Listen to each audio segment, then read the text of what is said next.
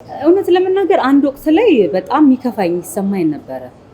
ግን አሁን ላይ አይ ቲንክ እድሜሽ አንድ አመት በጨመረ ቁጥር ትበስያለሽ መሰለኝ። ስለምሰራ ነው፣ ስለታየሁኝ ነው፣ የተሻለ ነገር ላይ ስለሆንኩኝ ነው። ብጠፋ እኔ እኮ እርጉዝ ሆኜ የጠፋው ጊዜ ሰው እንዴ ዘቢባ የት ናት ብሎ እኮ አይፈልግሽም። ስትጠፊ ትጠፊያለሽ፣ በሚተካው ሰው ትረሻለሽ። ሶ ሰርቫይቭ ማድረግ፣ ወደፊት መውጣት፣ ኪፕ ጎይንግ። ገባሽ?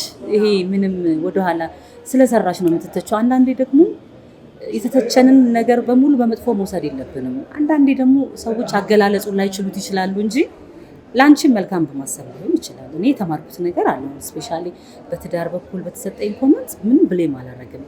ልክ ናቸው። ምክንያቱም የሚቀጥል የሚያብብ ነገር ድብቅ ሲል ደስ ይላል እና አይተሽ ከሆነ ጊዜ በኋላ ነገሮችን ኪፕ ማድረግ ጀምሬያለሁኝ እና ሁሉንም ነገር በመጥፎ አልወስደውም።